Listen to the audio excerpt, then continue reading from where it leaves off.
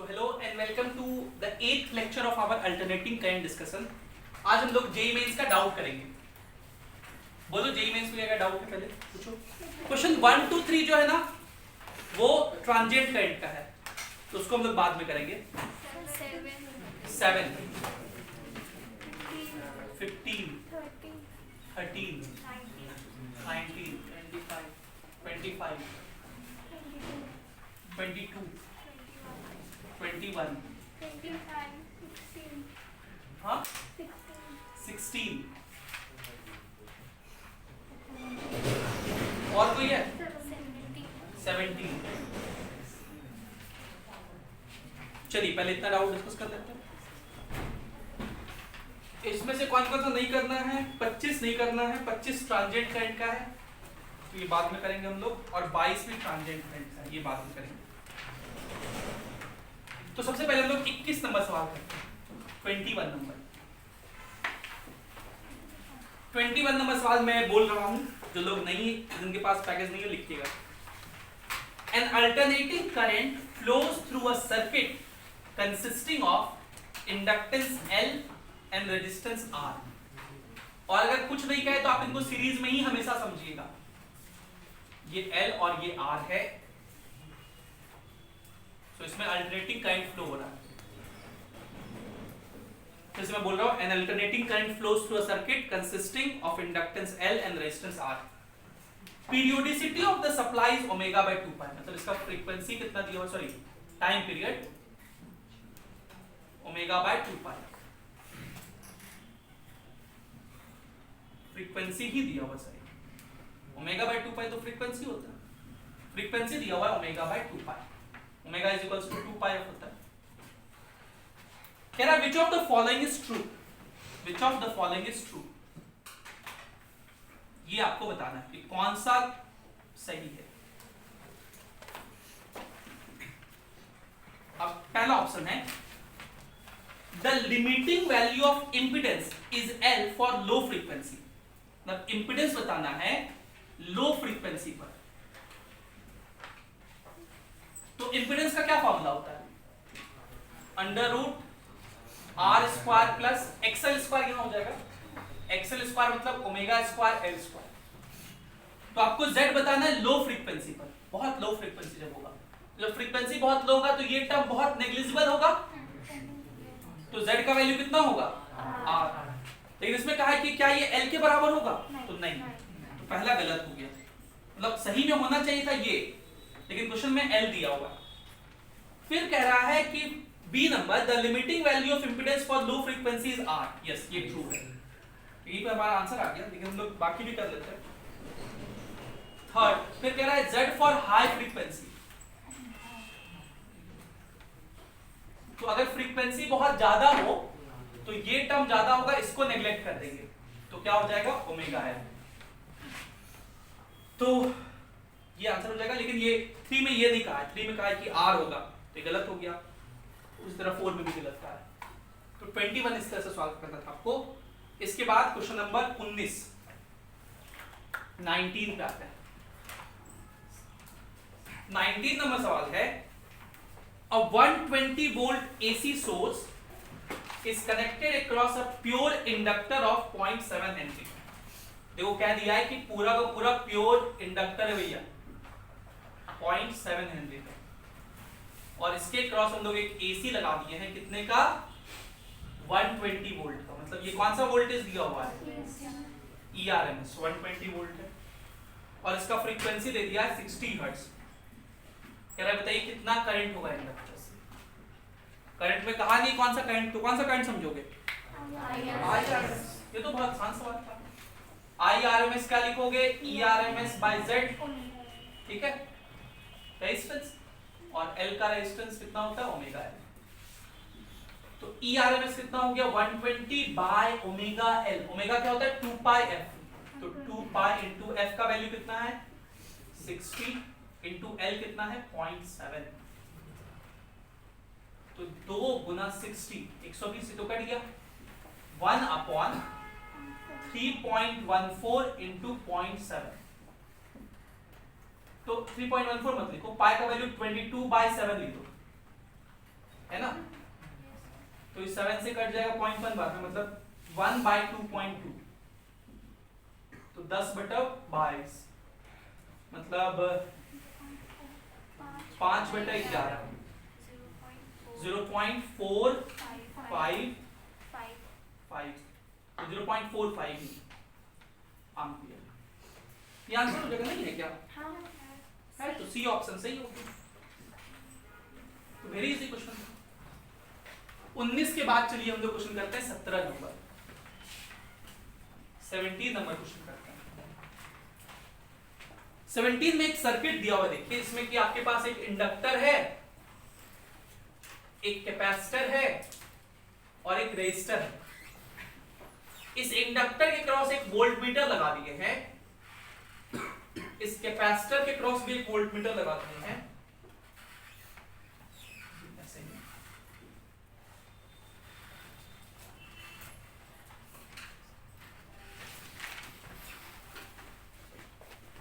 और इस रेजिस्टर के क्रॉस भी एक वोल्टमीटर लगा दिए,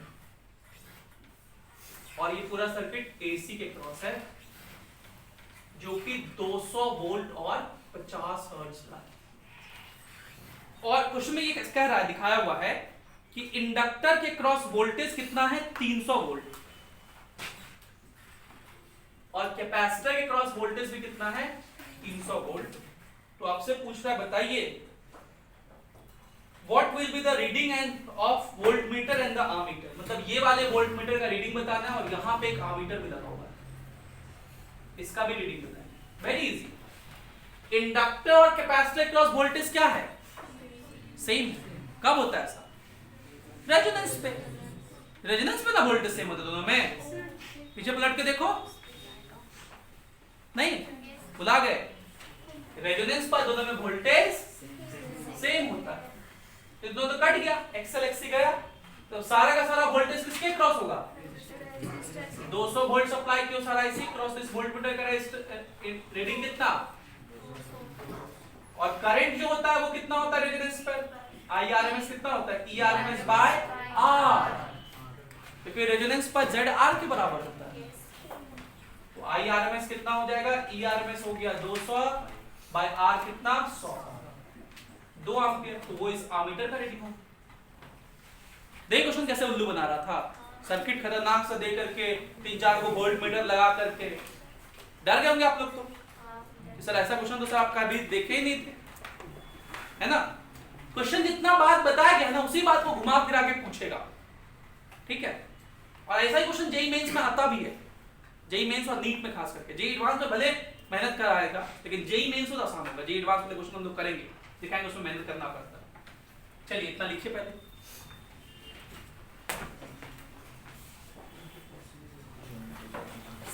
नंबर क्वेश्चन जो है ना, इसी के जैसा है। 16 देखो, आई होप 16 अब सबसे बन जाएगा।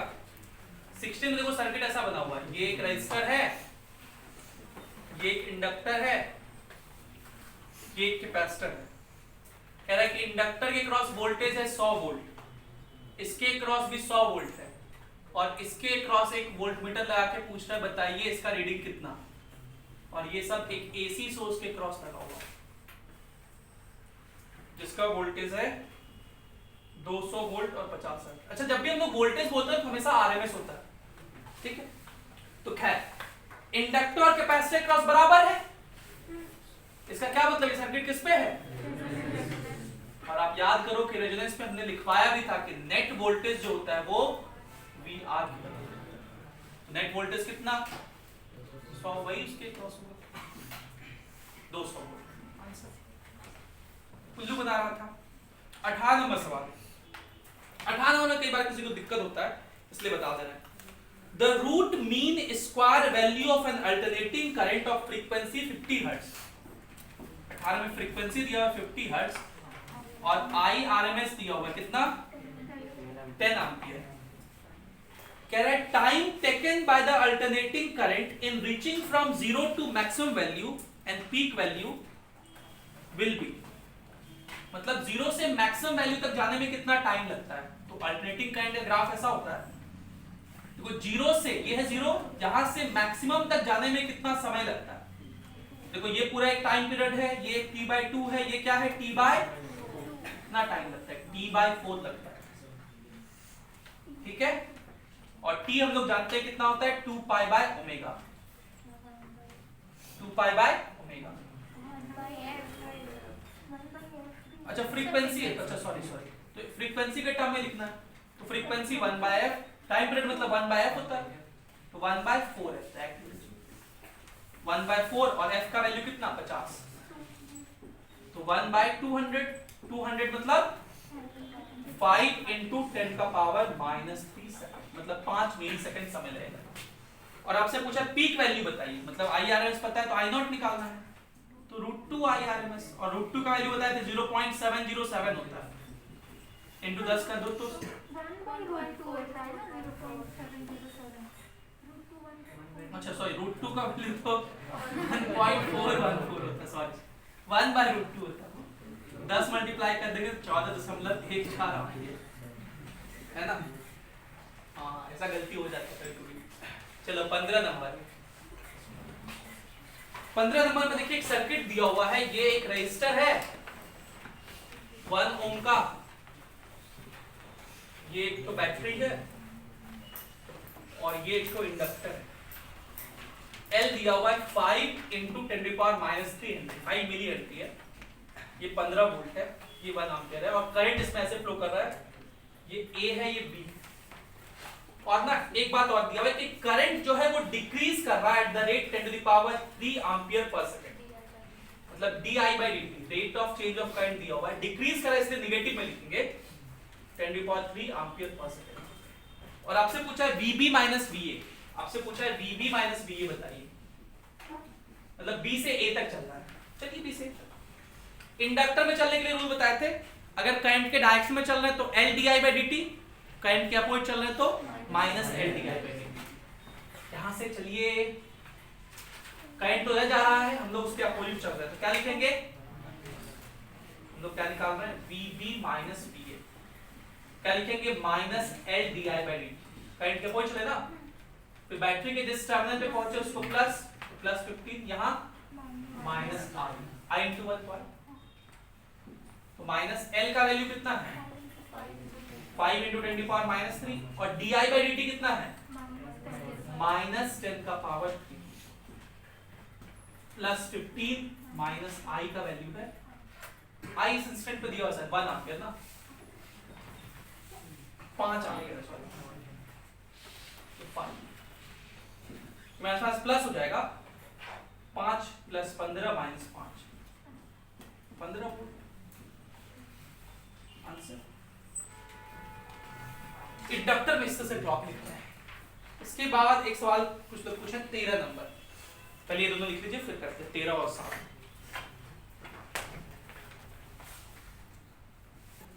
चलिए तो 13 नंबर अब सवाल कर लेते हैं।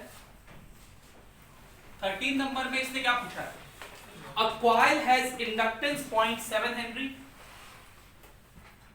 एक कॉइल है, इसका इंडक्टेंस दिया हुआ है 0.7 Henry and is joined in series with a resistance of 220 ohm,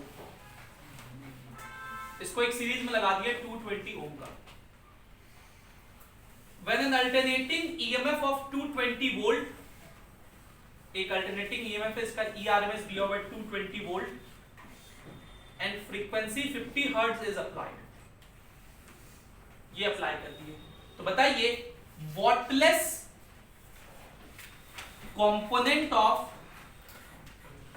current पूछा है, पढ़ाए थे ये, इसकी किसका वैल्यू होता है, IRMS sin phi, है ना, तो इसका वैल्यू आपसे पूछा है।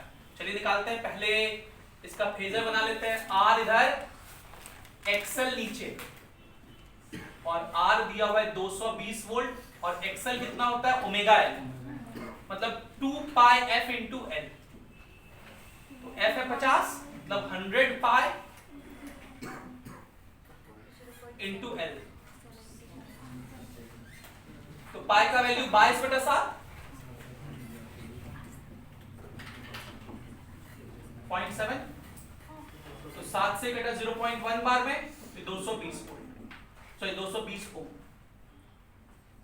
ठीक है, मतलब दोनों सेम ही है, सेम है तो ये कितना होगा Z 220√2 ओम, और ये एंगल कितना हो जाएगा 45। तो आपको निकालना है IRMS। IRMS क्या होता है? ERMS जो कि 220 है बाय Z,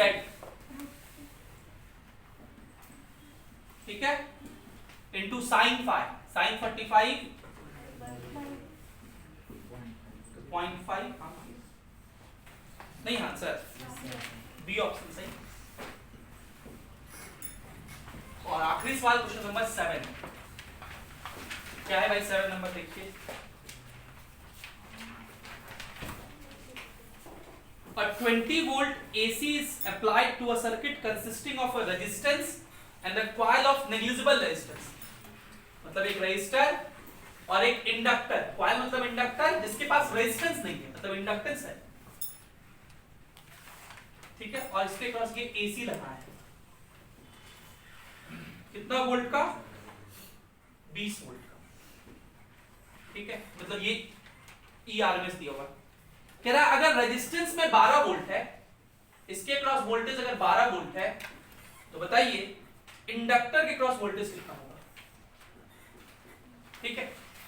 अब कैसे बनाएंगे इसको? वोल्टेज का ये तो फॉर्मूला लगा दीजिए डायरेक्ट, वी नेट का फॉर्मूला सिखाए थे, याद है? √VR² + VL - VC का होल स्क्वायर। या तो वो लगा, या तो फेजर बना दो। दोनों में करंट क्या है? सेम है ना, तो करंट को आप रेफरेंस मान लीजिए। अब बताओ रेजिस्टर में वोल्टेज किधर होता है? करंट के डायरेक्शन में, और इंडक्टर में वोल्टेज लीड करता है, तो ये हो गया VL, ये हो जाएगा नेट, नेट कितना हो जाएगा? √VL² + VR²। नेट हम लोग को पता है 20, रूट को ले तो 400, VL निकालना है तो VL² + VR², 12 का स्क्वायर 144, को इधर ले तो 256, VL = 16। ठीक है, तो इसी के साथ हम लोग का जेई मेन समाप्त हुआ। अभी आप लोग टाइम लीजिए, अभी आज, और तुरंत बनाना शुरू कर दीजिए solved objective questions. Solved objective में जो नहीं बनाना है वो मैं बता देता हूं, खाली उसको छोड़ दीजिएगा। अभी सॉल्व्ड ऑब्जेक्टिव का 1 नंबर छोड़ दीजिएगा, वैसे बना लीजिए 1 नंबर ही बना लीजिए, 1 2 खाली छोड़ दीजिएगा, 2 छोड़ दीजिए, और 10 छोड़ दीजिए, ठीक है। बनाइए, इसके डाउट करेंगे, इसमें मैक्सिमम क्वेश्चन आपसे बन जाएगा, बहुत आसान है।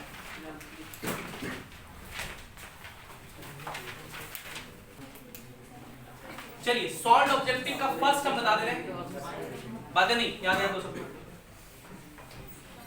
देखिए इसमें सर्किट ऐसा दिया हुआ है, इधर इधर इधर ये 2 ओम का रजिस्टर है, ये 3 ओम का रजिस्टर है,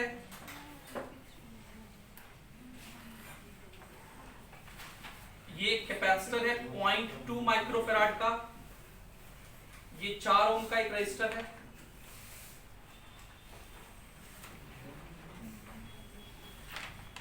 ये 6 वोल्ट का एक बैटरी है, और ये 2.8 एम्पीयर का, सॉरी 2.8 ओम का। सी ये जो क्वेश्चन है अल्टरनेटिंग करंट का नहीं, पहले ही बता दें, इसलिए मैं कह रहा था छोड़ दीजिए आप इसको अगर चाहे तो। लेकिन आपको पता है कैपेसिटर डीसी को ब्लॉक करता है, स्टेडी स्टेट में मैंने अभी भी सिखाया आपको कि उसको क्या करता है, ओपन लूप जैसा बिहेव करता है, तो आप फिर उसका यूज कर सकते हो, ठीक है। आपसे क्या पूछा? Find the current in 2 ohm resistor, कौन सा? अच्छा ये वाला, यही वाला, इसमें करंट बताना आपको। तो देखो स्टेडी स्टेट में ये इस कैपेसिटर में तो कोई भी करंट नहीं पास करेगा, मतलब ये वाला लूप में कोई भी करंट पास नहीं करेगा, तो ये नल्ला है, इसको भूल जाइए। स्टेडी स्टेट में ये क्या है? ऑफ नो यूज है। तो यहां से करंट कैपिटल आई निकलेगा, यहां जाएगा, यहां जाके डिस्ट्रीब्यूट होगा दोनों में, फिर यहां कैपिटल आई निकल के वापस आ जाएगा। तो इन दोनों का रेजिस्टेंस पहले निकाल लो, दोनों पैरेलल में है ना जी, कितना हो जाएगा? 2 × 3/2 + 3 5 1.2 ओम, और ये 2.8 के साथ सीरीज में, तो R इक्विवेलेंट कितना हो जाएगा? 2.8 + 1.2 4 ओम। यहां से कितना करंट निकलेगा? 6/4 1.5 एम्पीयर। ये 1.5 एम्पीयर करंट यहां पहुंचेगा, अब दोनों में डिस्ट्रीब्यूट होगा ये, तो इसमें कितना जाएगा ये सिखाए थे पैरेलल में कैसे डिस्ट्रीब्यूट होता है।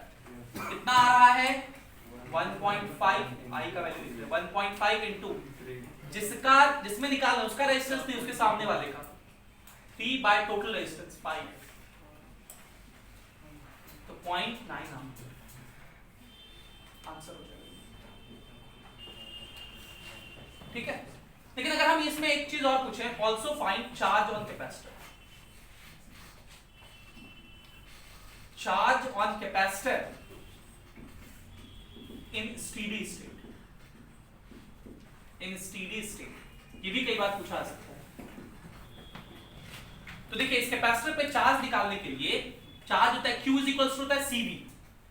तो इस प्लेट को आप A मान लीजिए, इस प्लेट को आप B मान लीजिए। CV C तो पता है, V वोल्टेज A और B के बीच का वोल्टेज अगर पता चल जाए तो आप निकाल सकते हैं चार्ज।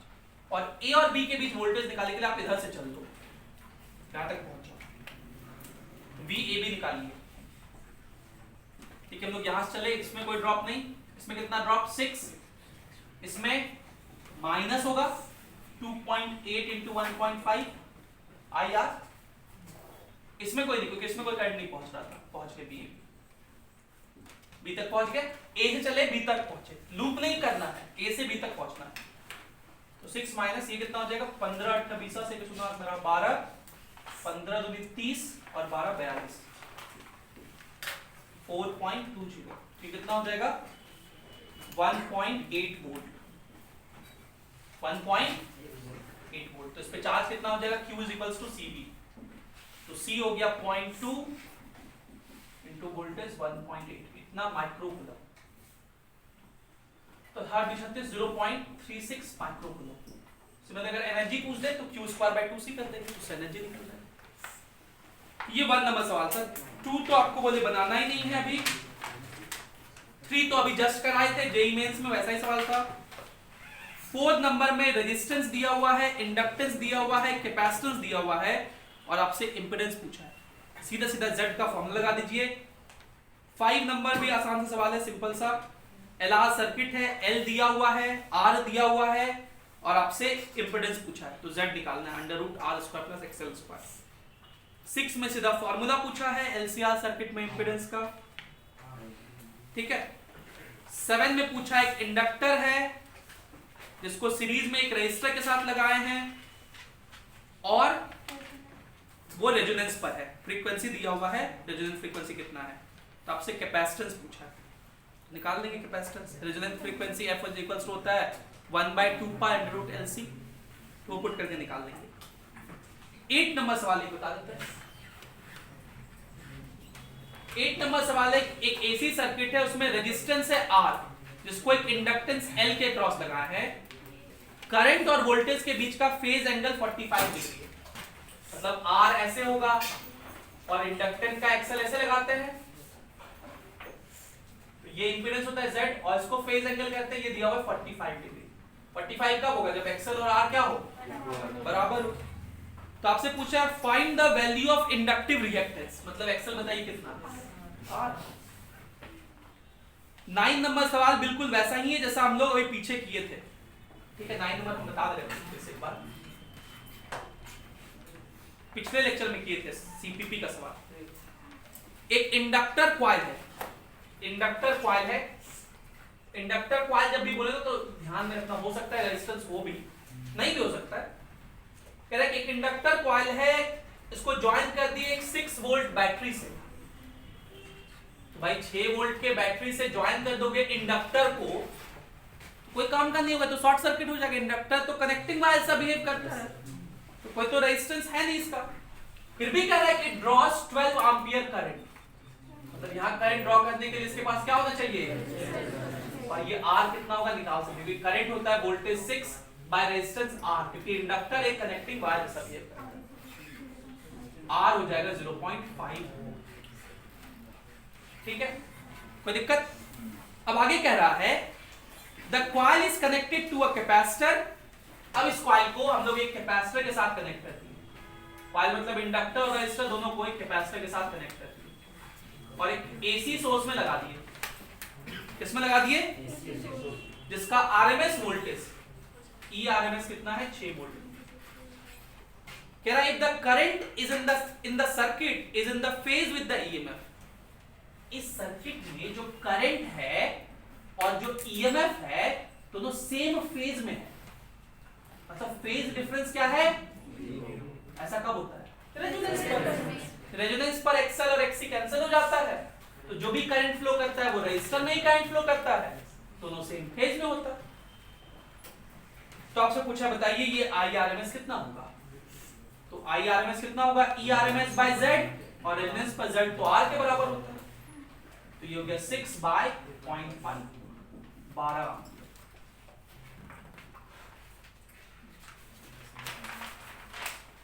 ठीक है, इसका हम लोग 11 12 नंबर तो वही ग्राफ है रिएक्टेंस का, तो ये तो बताए थे 12 नंबर। 11 और 13 करेंगे, पहले इसको लिखिए।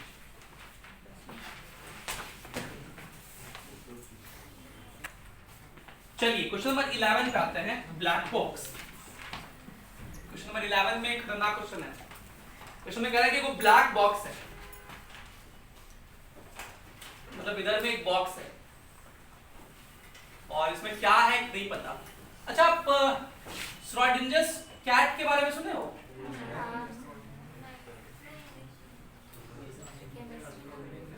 श्रोडिंजर्स इक्वेशन तो सुने हो, कैट के बारे में नहीं सुने? बहुत फेमस हाइपोथेसिस है। श्रोडिंजर ने कहा था हाइजेनबर्ग्स के अनसर्टेनिटी प्रिंसिपल को एक्सप्लेन करने के लिए एक इक्वेशन है वेरी फेमस, श्रोडिंजर्स कैट कहते हैं, कैट एक्सपेरिमेंट। उसमें क्या है ना, कहता है कि एक बॉक्स है, ठीक है, और उसमें एक रेडियो एक्टिव एलिमेंट है, ठीक है, और वो रेडियो एक्टिव एलिमेंट किसी भी समय अपना अल्फा रे, बीटा रे, गामा रेज निकालना शुरू कर सकता है, और उसमें एक कैट है। अब वो कब अल्फा रे, बीटा रे, गामा रे निकालेगा इसका फिक्स नहीं है, वो फिक्स नहीं है कब निकलेगा। और वो कैट, वो सिस्टम एक बक्से के अंदर है, तो कोई ये भी मान सकता है कि वो कैट जिंदा है ना, और कोई ये भी मान सकता है कि वो कैट, मतलब एक ही समय पे वो जिंदा और मरा दोनों हो सकता है। इस बात का ये को एक्सप्लेन करने के लिए हाइपोथेसिस दिया गया था। बहुत सिंपल चीज है कि जब तक आप बॉक्स को खोल के नहीं देखेंगे, जब तक वो बॉक्स के खोल के नहीं देखेंगे तब तक तो नहीं पता है। तो इस चीज को एक्सप्लेन किया ये मतलब एक्चुअली दिया गया था हाइजेनबर्ग्स अनसर्टेनिटी प्रिंसिपल के लिए। पोजीशन और मोमेंटम दोनों में एरर है, दोनों आपको एग्जैक्टली नहीं पता है, एक को पता करोगे दूसरा एरर हो जाएगा, ठीक है। तो वही चीज अगर खोल लिए, तो अगर जिंदा है तो मरा हुआ का एरर हो गया, जो बोल रहा है कि मरा हुआ था वो गलत बोल रहा है, और अगर वो मरा हुआ है तो जो जिंदा बोल रहा था वो बहुत फेमस हाइपोथेसिस है ये श्रोडिंजर्स कैट। ये एक ब्लैक बॉक्स है और इसको एक एसी सोर्स के क्रॉस लगा दिए, और इसमें पता लिख दिया है कि XC जो है XL से बड़ा है, मतलब ये नेट क्या है, कैपेसिटिव सर्किट है। नेट क्या है, तो इसमें करंट लीड करेगा कि लैग, लीड करेगा। कैपेसिटिव अगर ज्यादा हो तो करंट लीड करेगा। आपको बताया था ना, इधर देखो R होता है, इधर XC होता है, इधर XL होता है, तो XC अगर बड़ा है तो नेट तो ऊपर होगा, तो लीड करेगा, बोलो, ठीक है। तो यही ब्लैक बॉक्स है, इसमें RLC सर्किट है, ठीक है। कह रहा है कि the measurement outside the box reveals that, जो वोल्टेज है वो है 75 sin ओमेगा t, और जो करंट है वो है 1.2 sin omega t plus 42 degree. तो करंट लीड कर रहा है, ये तो जग जाहिर बात है। कितना से, मतलब ये होगा 42 डिग्री, ठीक है। अब कह रहा है कि विच of the following statement is correct. तो ऑप्शन ए कह रहा है कि पावर फैक्टर इज sin 42। गलत है, पावर फैक्टर तो किसको बोलते हैं, cos 42 को। लेकिन अगर बोलता पावर फैक्टर इज sin 48 तब सही हो जाता है ना, क्योंकि cos 40 भाई ये फाई है ना, तो पावर फैक्टर क्या लिखोगे, cos फाई, मतलब cos 42, इसको sin 48 भी तो लिख सकते हैं। तो ध्यान देना ऐसा है ना, इसमें गड़बड़ी हो जाता है। तो पहला ऑप्शन तो गलत हो गया। दूसरा कह रहा है कि the power factor is 42 and the circuit consist of inductors and resistor. नहीं, सिर्फ इंडक्टर और रेजिस्टर होता तो लैग करता, तो बी ऑप्शन भी गलत है। फिर कह रहा है the rate of energy delivered to the box by the generator, मतलब ये जो जनरेटर है ये किस रेट से एनर्जी दे रहा है, मतलब पावर निकालने कहा है, और इसको लिखा है कि ये कितना है पावर 68.88। चेक करते हैं भाई पावर कितना होगा। तो पावर एवरेज का फॉर्मूला हम लोग जानते हैं, ERMS into IRMS into cos phi। इसको हम लोग ऐसा भी लिख सकते हैं E naught I naught by 2 into cos phi। E naught कितना देखो दिया हुआ 75, I naught 1.2, तो 75 into 1.2 by 2 into cos phi, cos 42। अब cos 42 का वैल्यू रफली हम लोग निकाल सकते हैं। देखो cos 37 तो जानते हैं हम लोग कितना होता है 4/5 मतलब 0.8, और cos 45 भी जानते हैं 0.7, 1/√2 0.7।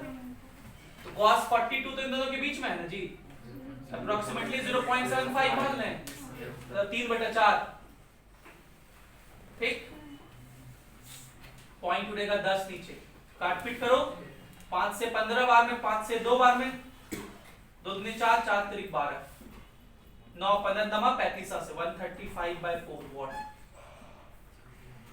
तो 4 तिया 12, फिर एक 15, 4 तिया 12, 33.75 वॉट। तो इतना तो नहीं होगा, ये तो गलत हो गया। तो डी ही ऑप्शन ऑब्वियस बात है सही होगा। और देखो उसमें लिखा है पावर इज 33.4 वॉट अप्रोक्सीमेटली, क्योंकि हम लोग ये अप्रोक्स दिए थे, और उसमें कैपेसिटर और रेजिस्टर है, बिल्कुल सही बात।